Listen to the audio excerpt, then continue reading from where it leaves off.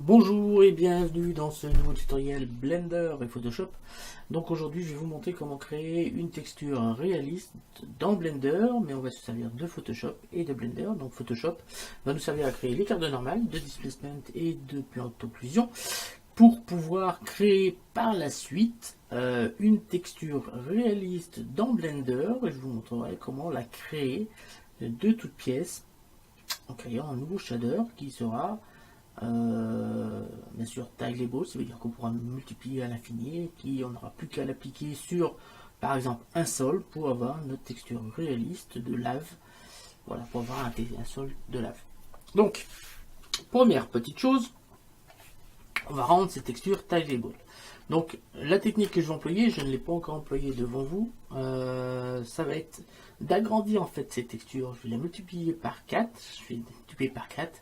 Et en fait, ce sera 4 fois la même texture qui sera seulement dupliquée en miroir. Vous allez voir comment je vais faire. Donc, pour vérifier quand même qu'une texture n'est pas tileable, vous allez dans Filtre, Divers, Translation. Et là, en appliquant une translation, on va se rendre compte, je clique sur OK, on va en zoom un petit peu, on va se rendre compte qu'ici, vous voyez qu'on a un trait droit et on en a un deuxième ici. Donc il est bien évident qu'elle est quand même pas trop mal comme texture, mais en zoomant bien, on voit bien qu'on a un trait droit ici. Donc on va essayer de gommer ça, mais la texture en elle-même est déjà pas mal. Donc je reviens sur Filtre, Divers, Translation, je vais mettre 0 et 0 pour mettre les réglages qu'on avait à l'origine. CTRL Z, ça sera beaucoup mieux. Voilà, là on a notre image de base. Donc je vais aller sur Fichier, sur Image plutôt. Taille de la zone de travail, on va multiplier par 4. C'est-à-dire que là on va mettre 4096 sur 4096. Alors bien sûr, on va mettre notre carré, on va le mettre en haut dans le coin. Et on va cliquer sur OK. Voilà. Vous voyez bien qu'on a mis notre carré en haut dans le coin. Donc c'est exactement ce que l'on voulait faire. Je vais sélectionner mon calque. Je vais faire un CTRL T pour sélectionner cette partie-là. Je vais faire... attendez, avant. Je vais faire un Shift D. Un CTRL J plutôt pour dupliquer le calque. CTRL T. Je viens cliquer ici. Je vais faire une symétrie d'axe horizontale. Je vais maintenir la touche Shift du clavier et je vais venir déplacer ceci comme ça. Alors, qu'est-ce que j'ai fait? J'ai dupliqué, vous voyez qu'en fait, le bord qui est là va se fondre avec celui-là parce que c'est le même en fait.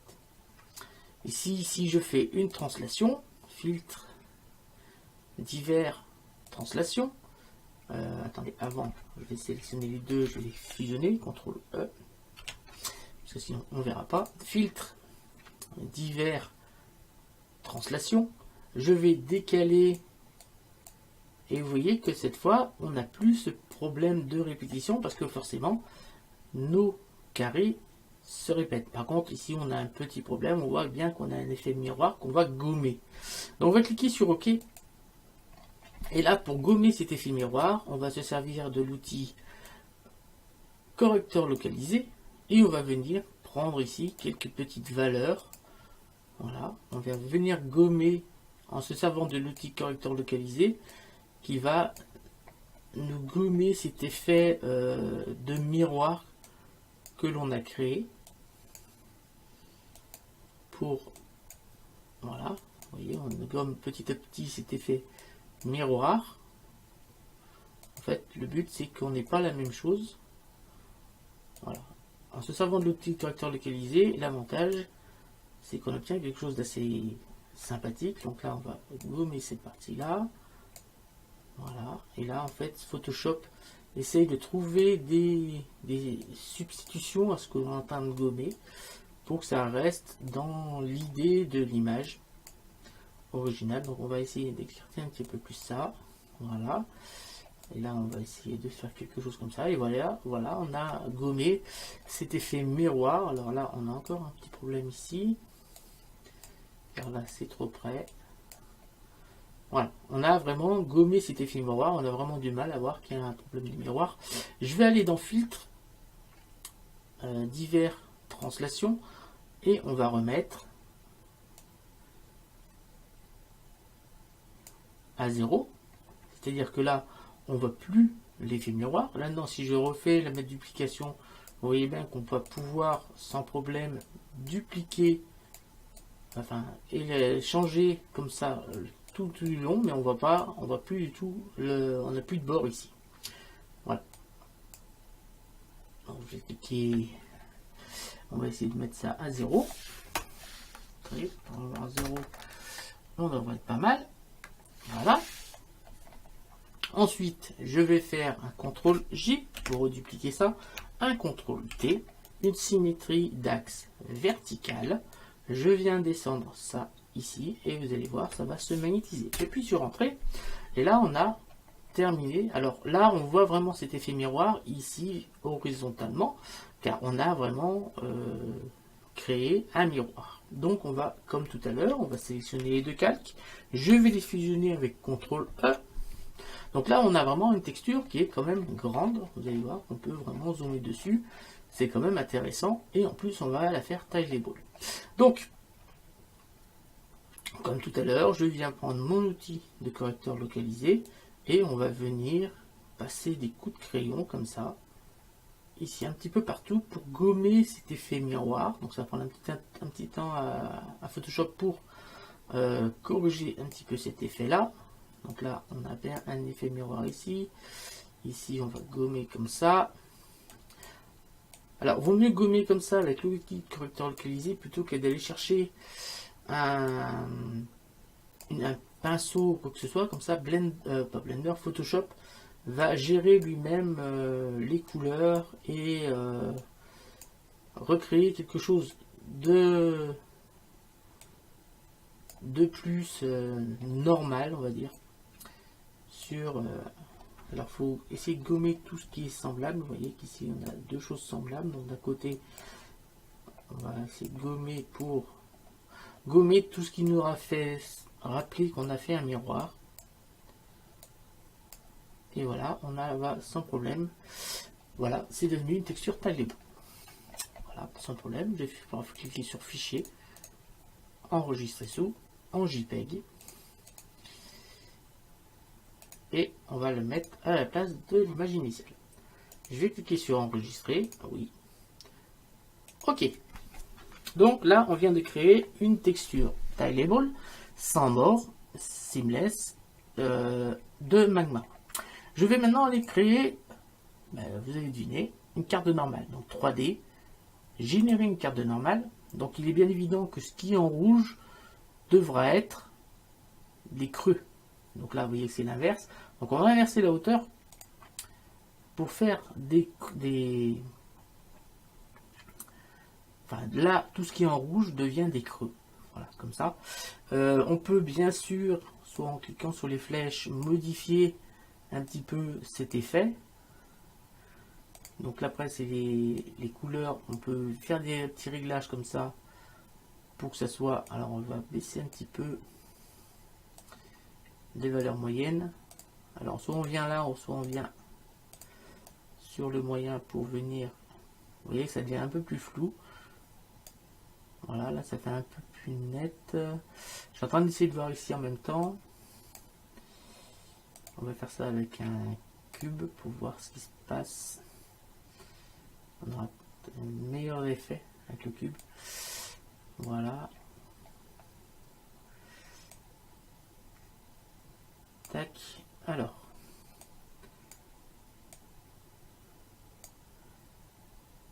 Voilà. On va peut-être baisser un petit peu. On va augmenter l'effet pour avoir un petit peu plus de détails quand même sur tout ce qui n'est pas creusé. Là, on va faire pareil et on va faire pareil également sur l'élevé pour avoir le maximum de détails. Voilà, plus on aura de détails, mieux ça sera. Vous voyez qu'on a récupéré un petit peu de grain ici au niveau des couleurs faibles. C'est pour ajouter un petit peu de granulométrie, enfin du grain sur notre texture ici. Donc je vais comme ceci aller créer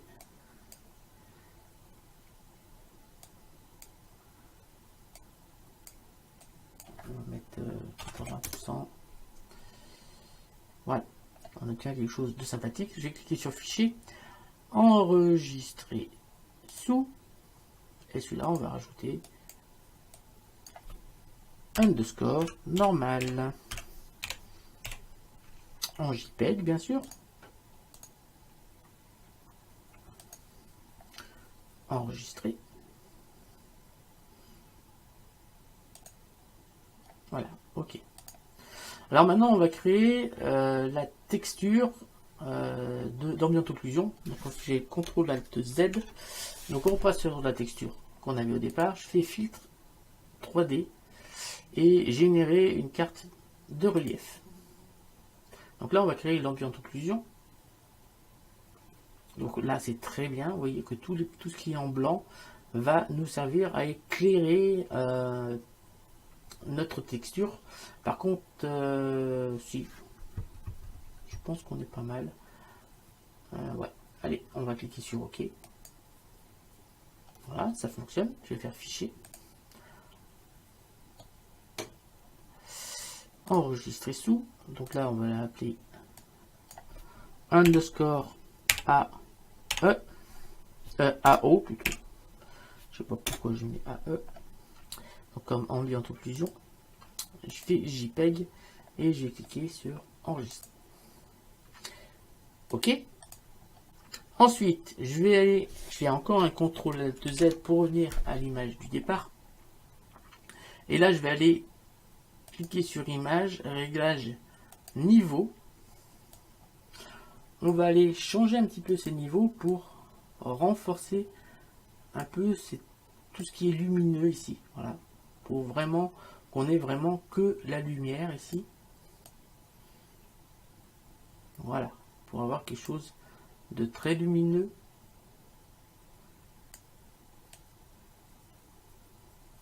Alors, vous voyez que si je vais aller un peu plus en détail, on va avoir vraiment quelque chose de lumineux.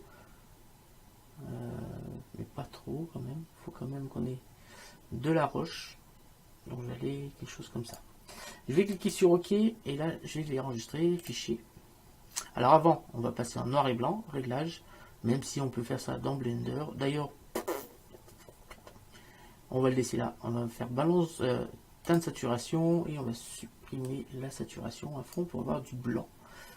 Ok, on va peut-être... Oh, si on augmente l'intensité, ça ne marchera pas. On va laisser à 0. Ok. Voilà, on va retourner dans les niveaux, réglages, niveau, pour renforcer cet effet de blanc. Voilà, pour avoir vraiment quelque chose comme cela. On va renforcer aussi un peu les noirs et on va vraiment avoir quelque chose comme ça. Ok, je vais faire fichier, enregistrer sous, donc bien sûr en JPEG. Et là, celui-là, je vais les mettre en émission. Donc, émission. Enregistrer. Ok. On n'a plus qu'à aller dans Blender. Et on va créer une sphère. Donc, Shift A, Mesh, Shift A, Mesh, sphère UV. Voilà. On va l'adoucir. Je vais appuyer sur tabulation pour passer en mode edit. On va appuyer sur U. Et vous allez deviner, on va faire une projection sphérique. Voilà, on n'a plus qu'à aller chercher notre nouvelle texture, donc tabulation. Je repasse en mode objet. On va ouvrir une autre fenêtre. Je vais appuyer sur T et sur N et on va créer ici notre texture. Éditeur de nœuds. Donc je vais appuyer sur N, cliquer sur nouveau, et là je vais faire un Shift Z. Donc là ça va être tout noir, c'est tout à fait normal parce qu'on n'a pas encore appliqué de texture. Donc je viens ici, j'ai ma diffuse. Je vais faire un Shift A, texture, texture image. Voilà. Alors, ma texture image est là, je viens connecter ici et je vais mettre sur la couleur. Je vais aller chercher, bien sûr, ma texture qu'on vient de créer sur Photoshop. Donc je vais dans Magma Texture et c'est bien sûr la texture qui est ici. Donc je vais cliquer sur ouvrir. Voilà. On va avoir quelque chose. Pour l'instant on ne voit rien, c'est tout à fait normal. On va rajouter justement une émission, donc Shift A, Shader, émission. Voilà, on va rajouter une émission. Donc cette émission, on va l'ajouter via un shader de mélange. Alors il est où? Shader de mélange. On va mettre l'émission en bas. Donc là on va commencer à voir quelque chose, sauf que là on va définir, on va dire à Blender que moi je veux que ça soit une image qui définisse. Donc on va aller chercher l'émission qui est ici, voilà, pour dire que c'est ça qui va déterminer si on met plus ou moins d'éclairage. Donc voilà, on a bien obtenu ce qu'on voulait. Par contre, ici, on n'a pas la bonne texture. Donc on va aller la chercher. On peut même aller chercher ici pour venir rapporter la couleur. Voilà, on a rapporté la couleur de notre texture ici. On n'a pas terminé, bien sûr, parce que c'est pas encore assez fort. On va bien sûr pouvoir aller chercher Shift A, un petit convertisseur mat que je vais rajouter là. Je vais avec Shift D en créer un second que je vais mettre ici. Je vais prendre la couleur de ma texture qui est ici. Je vais aller la connecter sur la valeur de mon mat que je vais passer en multiplié. Je vais connecter la valeur du multiplié, je vais la mettre en haut, je vais laisser sur ajouter et je vais connecter ça à la force. Voilà. Alors maintenant, ce qui a pour effet de pouvoir contrôler la force ici de l'émission de mon magma. Vous voyez que là, on arrive à rajouter de la force de lumière sur la texture du magma, sauf que là je vais faire un Shift D, voilà, le dupliquer, et c'est celui-là qui va servir de force. Voilà, je vais le mettre sur la valeur, donc celui-là je peux le supprimer, et cette fois on va mettre couleur non données non couleur. Voilà, ce qui fait que là ça ne sera que la force, que le blanc et le noir qui est ici, qui vont déterminer la force et non la couleur. Là, la couleur ne sert qu'à gérer la couleur. On n'a pas terminé ça. On va maintenant faire, bien sûr, un petit déplacement. On a créé une carte normale, autant s'en servir. Donc, je viens créer, je vais rajouter ici une carte de normale. Donc, on va la mettre entre les deux là. Hop. Donc, je vais faire un Shift D. Je vais le déplacer. Ici, je vais sélectionner ça et on va le descendre en bas. Voilà, on va peut-être pouvoir appuyer là-dessus pour diminuer le petit volet. Je vais cliquer sur le petit triangle là. Je vais changer bien sûr la texture, donc je clique sur la petite croix, je vais cliquer sur ouvrir et on va bien sûr aller chercher la carte normale qui est ici. Je vais cliquer sur ouvrir. Voilà, je vais aller chercher maintenant une carte de normale, Shift A, convertisseur vecteur carte de normale. Je vais connecter ça à la couleur et je vais connecter la normale ici. On n'a pas terminé, je vais rajouter un Shift A shader brillant. Voilà, on va le passer en blanc. Voilà, et on va connecter la normale également ici. Donc pour l'ajouter à mon diffuse, je vais faire un Shift A shader de mélange et je vais venir connecter ça ici et on va venir connecter le brillant ici. Voilà, alors là on vient de créer notre carte de normale. Alors on voit pas vraiment parce que là on va rajouter un peu de lumière pour mieux voir ce qui se passe ici. Attendez, j'ai oublié de faire une chose, appuyer sur tabulation, On reste en mode objet. J'ai oublié de faire une chose, je vais appuyer sur T et on va adoucir la sphère. Hop, adoucir. Pourquoi ça me fait ça? Pourquoi on voit les polygones? Hop, on va faire ça.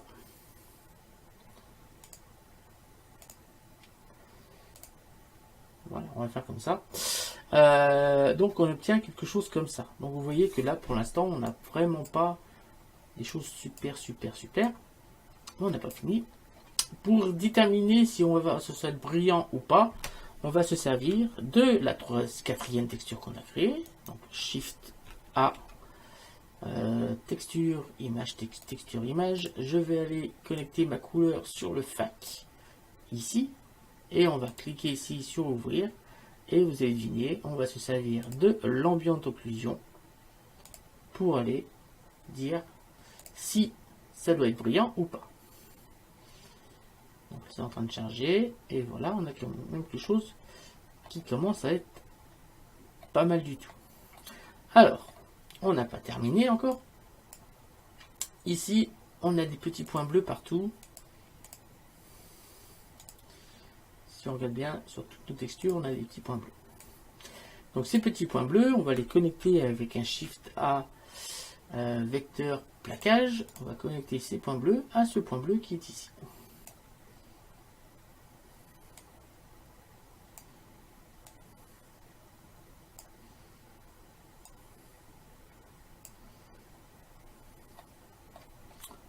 Et le dernier.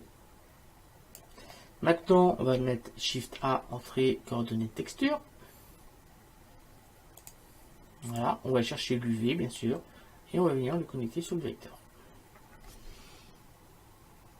Voilà, on obtient ça. On va pouvoir bien sûr dupliquer notre petite texture. On va mettre 2,8 des deux côtés là.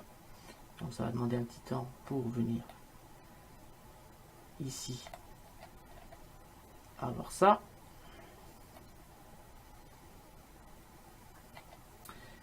Et on obtient quelque chose comme ceci. On va maintenant aller chercher notre carte de normale qui est ici et on va venir la connecter sur le déplacement. Donc on va attendre un petit peu. Voilà. Alors, on va rajouter ici un Shift A vecteur convertisseur mat. Ici, qu'on va venir connecter ici. On va cliquer sur multiplier et on va augmenter cette valeur.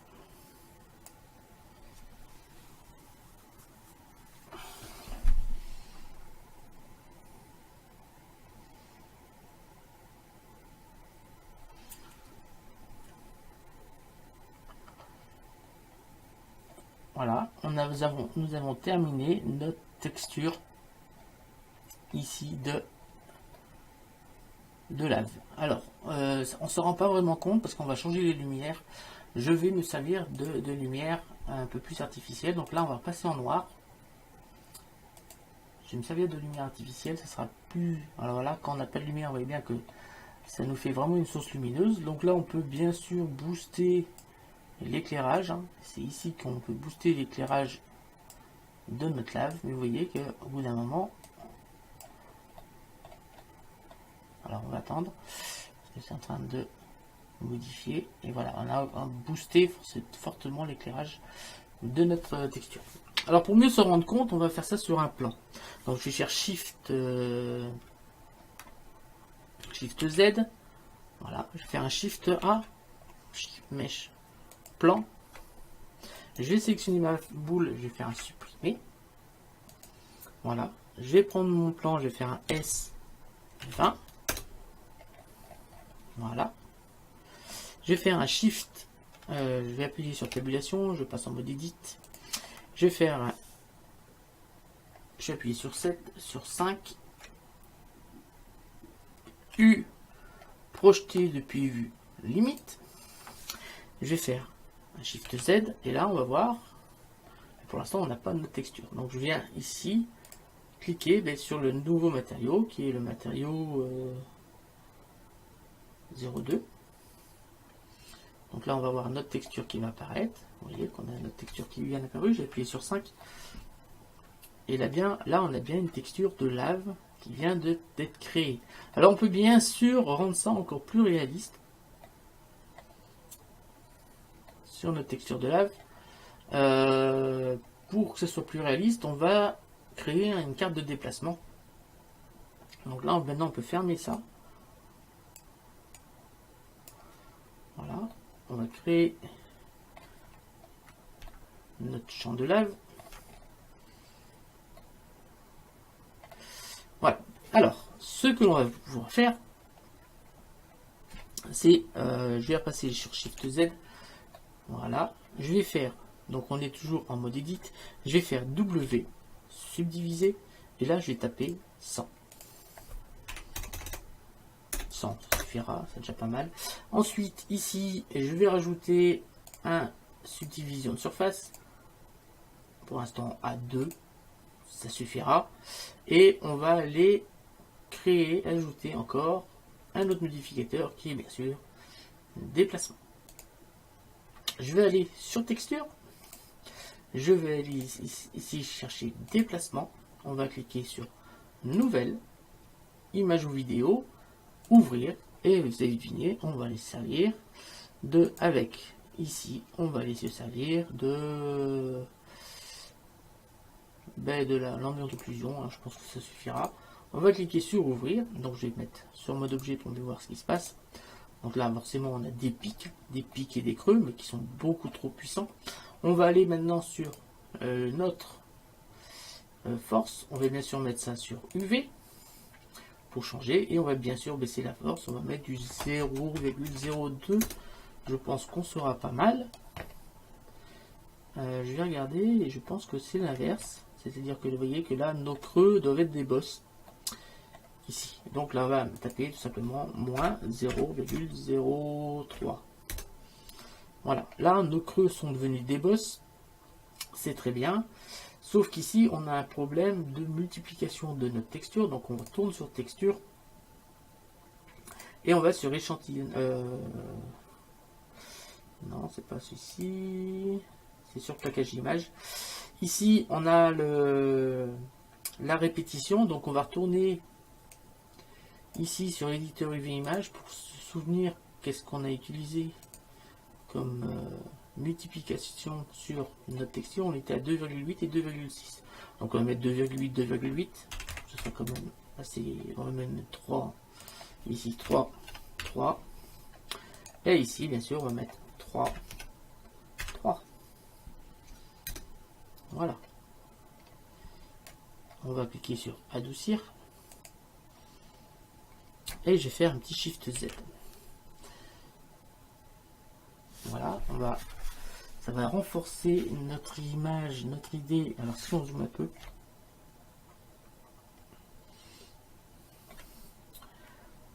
on voit bien qu'ici on a, alors j'ai peut-être un peu trop forcé sur du 0,3. Ouais, il faut que ça soit moins prononcé que ça.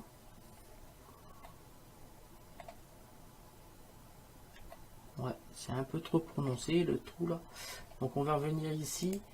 Ici, je vais baisser. Je vais mettre moins 0,02. Je vais regarder. Est-ce que c'est trop encore ou pas? C'est encore un petit peu trop. Moins 0,015. Je pense qu'on sera pas mal. Voilà, là je pense qu'on est pas mal. Pour notre texture, je vais faire Shift Espace pour voir un petit peu mieux ce que ça donne.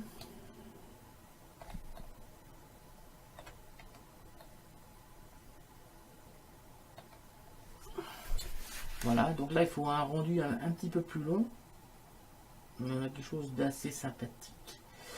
Pour une image de là, je vais faire Shift Espace, je vais faire un Shift Z pour arrêter un petit peu le rendu. On va passer en mode solide. Là, voilà. Alors, ici, on n'a pas assez de définition. Donc, pour augmenter la définition, on va sur Subsurf et là, on va augmenter ici. Vous voyez que si j'augmente la valeur qui est ici, on va augmenter le nombre ici de polygones. Donc, si on augmente le nombre de polygones, on va affiner notre déplacement.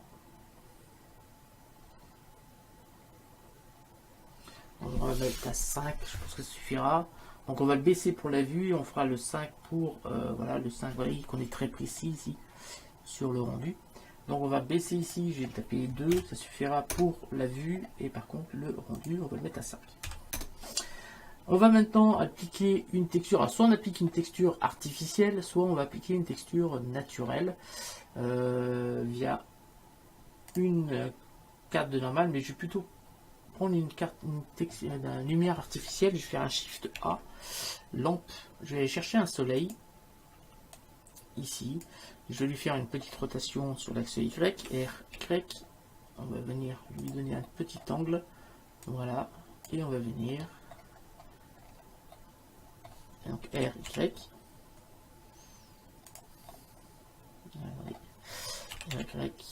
alors, voilà, on va venir déplacer, et là je vais faire un RZ, zut, RZ,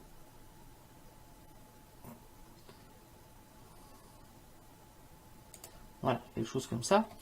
Je vais pouvoir faire un Shift Z pour voir comment régler mon soleil. Donc là on voit pas vraiment ce qui se passe parce que mon soleil n'est pas très fort.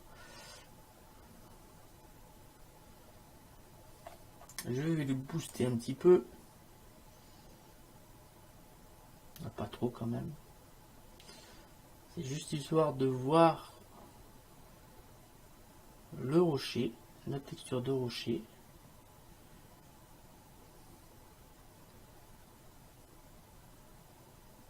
Voilà, on a quelque chose de beaucoup mieux. Je n'ai plus qu'à aller chercher une caméra, Shift Z, Shift Z, Shift A, caméra, CTRL ALT 0. Hop, on va zoomer, on va faire un CTRL ALT B. Et là, je n'ai plus qu'à faire avec, donc on va fermer ce volet, plus besoin.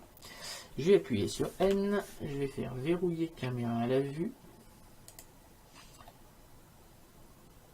On va pouvoir mettre quelque chose comme ça. Voilà. Je vais rajouter une sphère dessus notre Shift A. Mèche, sphère UV. Je vais la monter. Alors, elle est où? Elle est là. Voilà. Comme cela.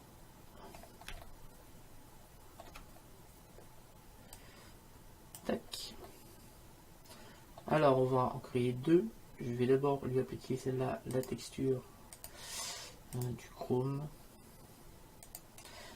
Et la deuxième, je vais faire un Shift A, Shift D, X. Je vais déplacer ensuite sur Y. Et celle-là, on va mettre en vert. Donc, je vais cliquer sur un petit plus ici. Ici. Nouveau. Et on va chercher du vert. Voilà. Celui-là, je vais pouvoir le supprimer. Et on va adoucir cette boule. Donc T. Je vais cliquer ici sur adoucir. Voilà, on a deux boules en plus. On va pouvoir essayer de recadrer un petit peu ceci pour avoir le bord qui est là-bas. Et on va même pouvoir venir se mettre ici.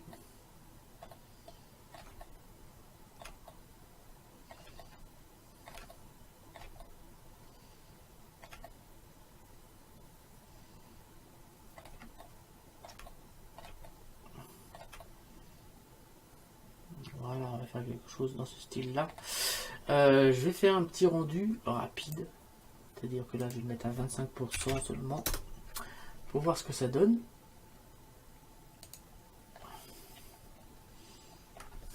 juste pour avoir une idée de ce que ça peut donner sur le rendu final, mais je pense qu'on aura quelque chose d'assez sympathique.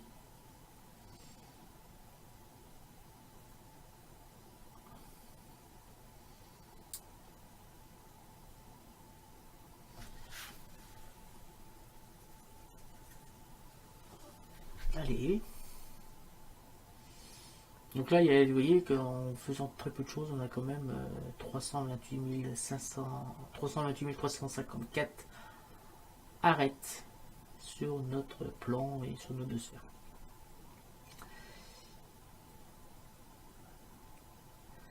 Donc ça prend un certain temps, hein, c'est parce qu'il y a vraiment beaucoup de choses sur notre texture, sur notre plan de lave. Donc vous voyez qu'en partant d'une image somme toute banale sur Google, on va réussir à faire quelque chose d'intéressant sur Blender. On va créer une surface de lave. On pourrait même aller plus loin, on pourrait même mettre de la fumée qui sort par les... pour rendre ça encore un peu plus réaliste. Donc ça me prend un certain temps quand même à calculer le rendu. Faut pas oublier que là on a vraiment beaucoup de faces parce que j'ai fait multiplier par 5 la subdivision en rendu final. Je vais baisser un petit peu ça, je vais pour pouvoir voir quelque chose, c'est seulement pour la lumière que je vais regarder ici sur ma subdivision, sur mon plan. Je vais baisser ça, je vais baisser à 2 pour l'instant et on va lancer le rendu comme ça. C'est juste pour avoir une idée de ce que ça peut donner comme image.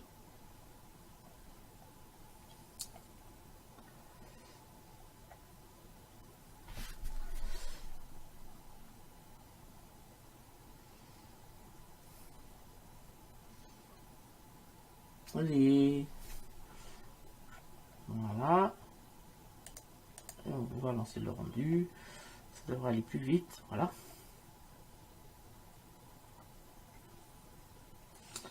Voilà, ça me donne quelque chose d'assez sympathique.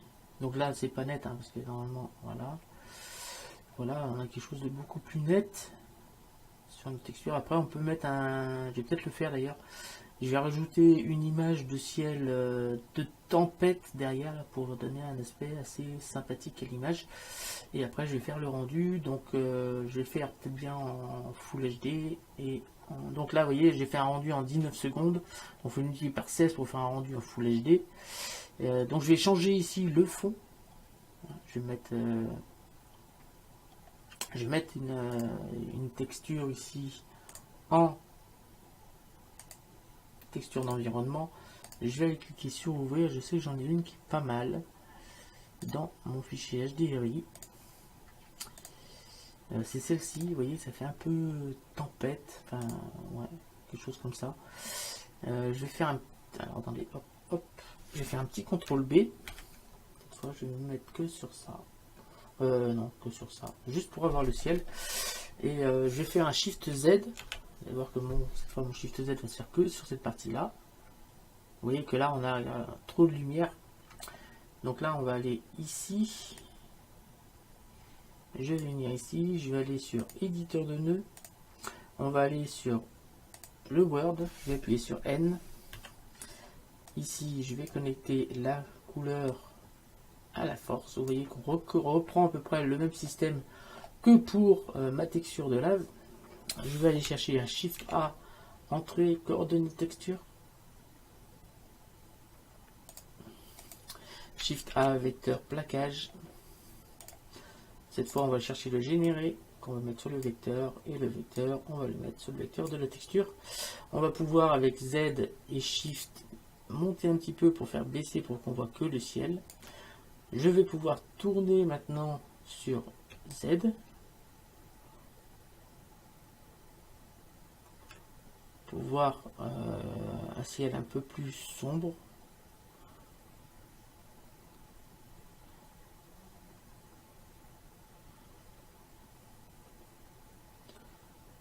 Voilà, quelque chose.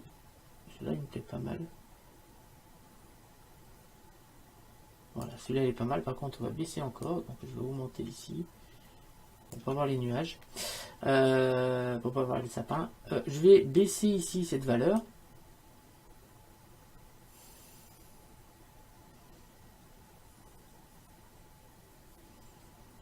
Et on va baisser également la valeur ici.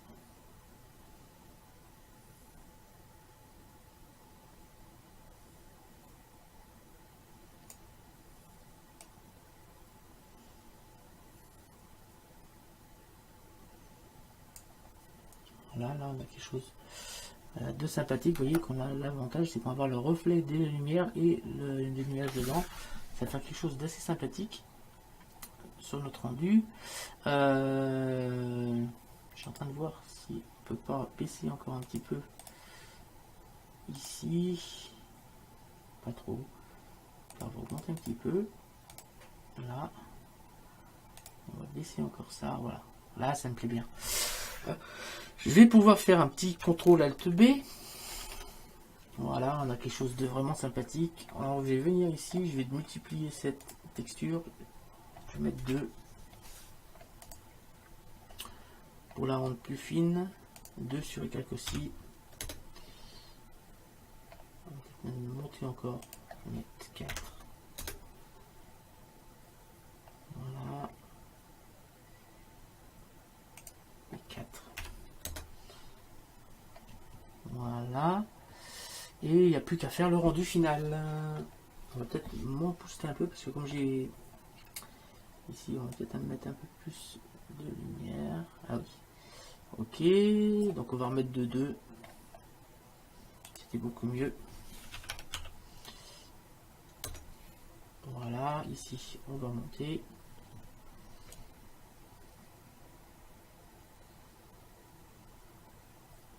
Là. Et là, on va baisser. Voilà, là ça me paraît très bien comme effet. Donc c'est tout ce que je voulais vous montrer. Voilà comment créer de la lave sur Blender. Je vous remercie de m'avoir suivi. Je vous dis rendez-vous très bientôt pour de nouveaux tutoriels. Salut à tous et à bientôt.